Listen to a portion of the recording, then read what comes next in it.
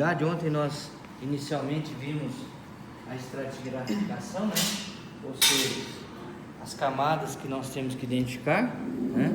Desde a pele até as estruturas mais profundas, né? Que nós temos que dissecar ou divulsionar, né?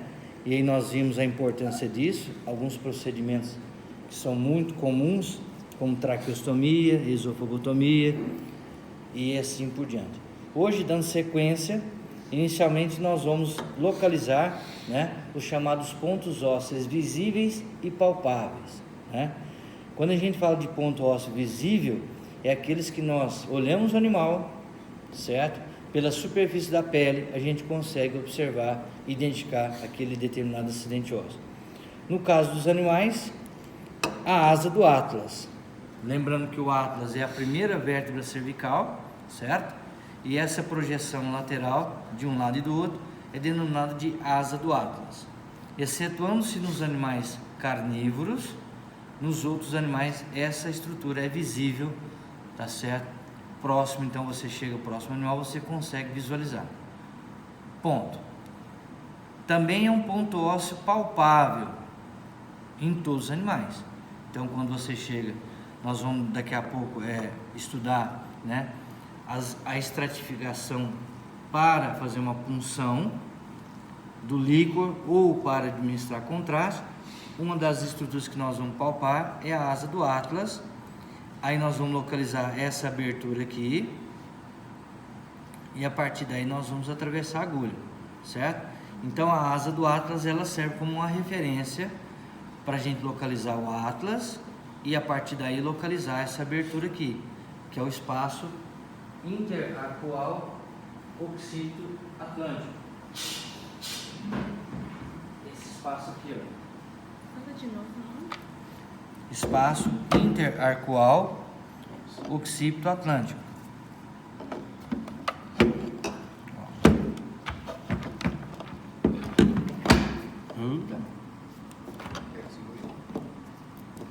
Certo? Então é o espaço interarcual. Interarcual quer dizer entre os arcos, certo? Occipito vem de occipital, atlântico vem de Atlas.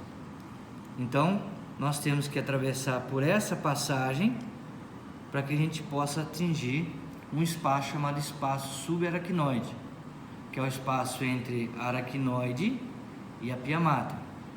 Existe um espaçozinho mais dilatado, chama cisterna cerebelo-medular. Nós vamos mostrar isso daqui a pouquinho.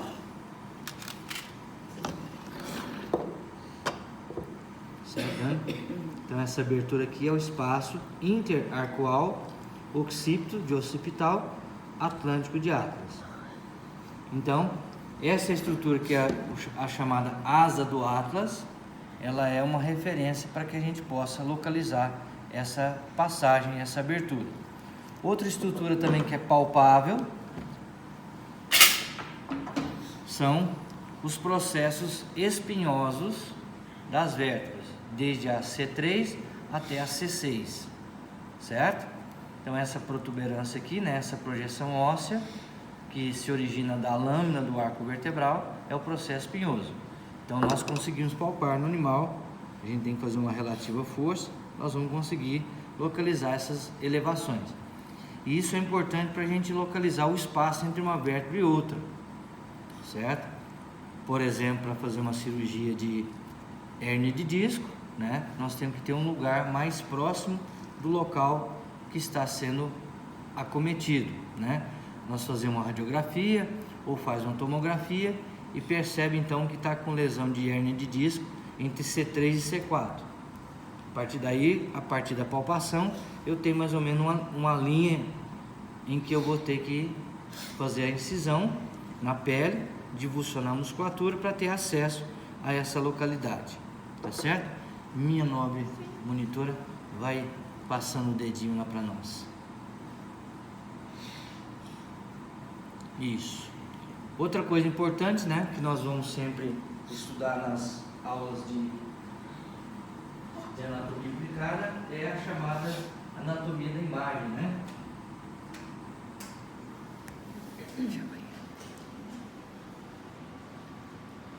se sentar aqui na frente para a gente poder observar, né, as estruturas anatômicas.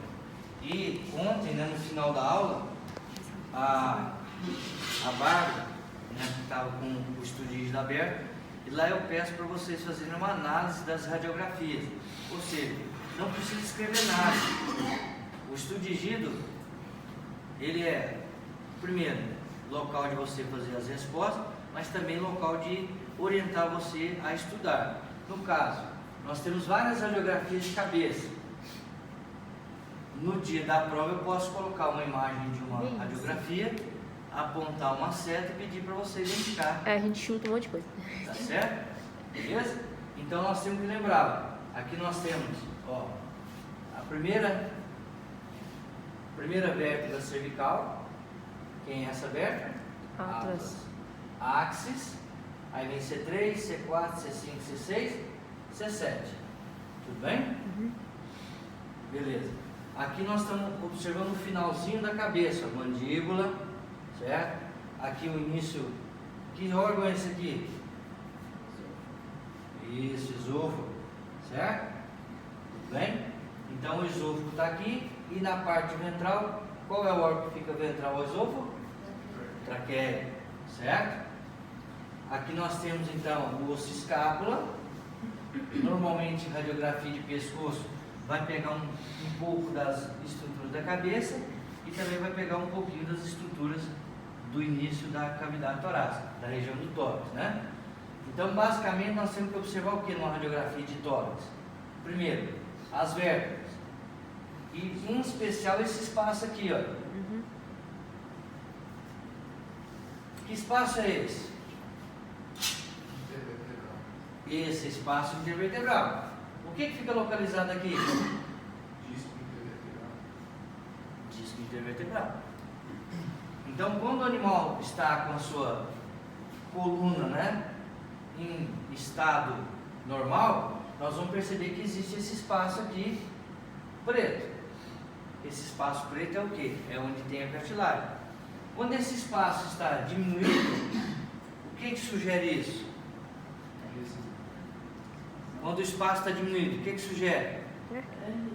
Hérnia de disco. Porque esse disco ele foi expulso ou ele rompeu e aquele espaço foi diminuído, certo? Porque aquele espaço é mantido graças a quem? Graças ao disco intervertebral.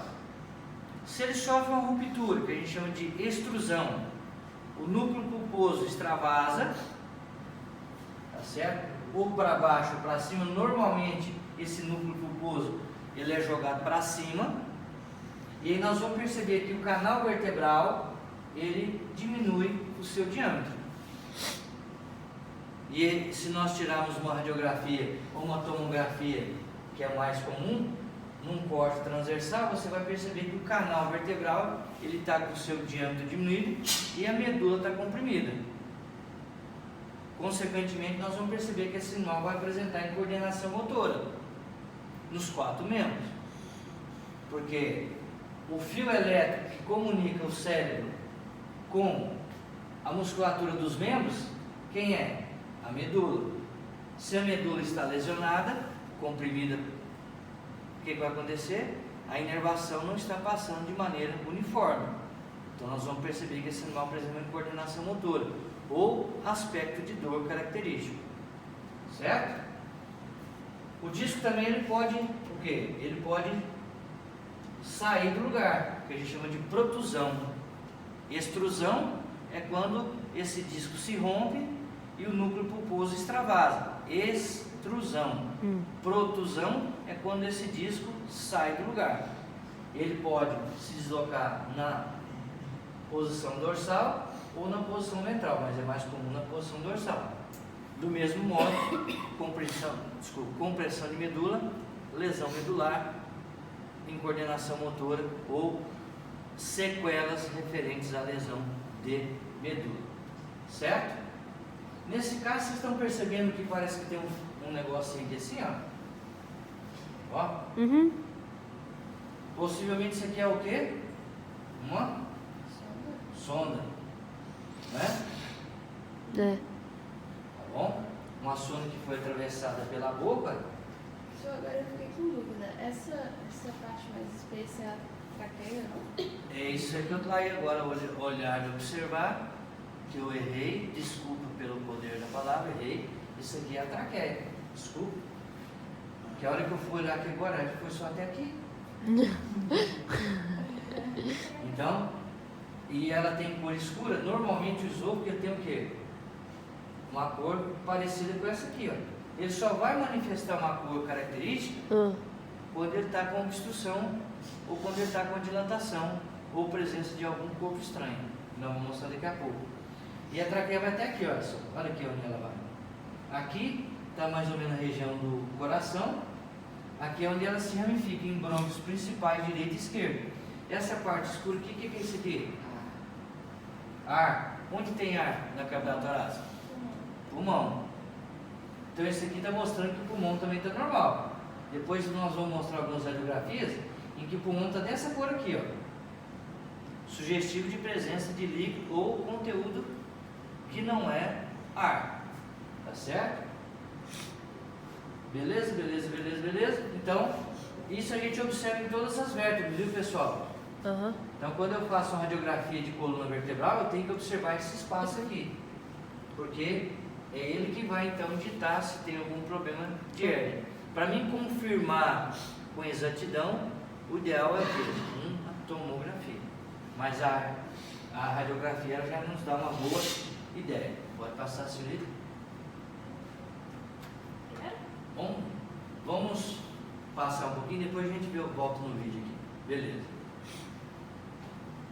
Aqui agora nós temos... Dá para saber que mais ou menos que animal é esse? Se é um canino, se é um bovino? Dá para saber? Dá? Se é um bovino, é um canino, é um equino, o que é?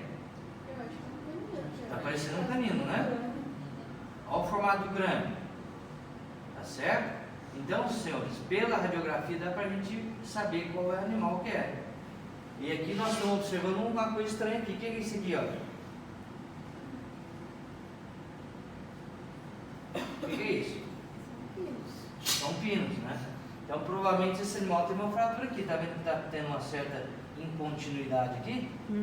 Então, possivelmente esse animal teve uma fratura e foi colocado 2 pinos aqui para poder estabilizar essa articulação, né? Aqui mostrando o esôfago, traqueia. O que é isso aqui? Esqueci de tirar a coleira do bicho, né? É a coleirinha do bicho. Olha lá. Olha lá. Esqueci de tirar a coleira na hora de tirar a radiografia. Ou talvez era uma coleira, uma Excalibur, né? Uma coleira antipulga. Na parte de baixo tem aquela presilhazinha, né? Beleza? Então aqui nós estamos percebendo novamente os espaços intervertebrais, tá bom? Aqui nós estamos percebendo que tem uma massa óssea mais proeminente. Aqui, como eu disse, tem aquela incontinuidade. Parece que teve até uma fratura aqui também, ó. Tem uma descontinuidade aqui e foi colocado, então, esses pinos para estabilizar, para poder então restabelecer, cicatrizar o osso. Pode ir? Aqui agora, isso é sugestivo de quê?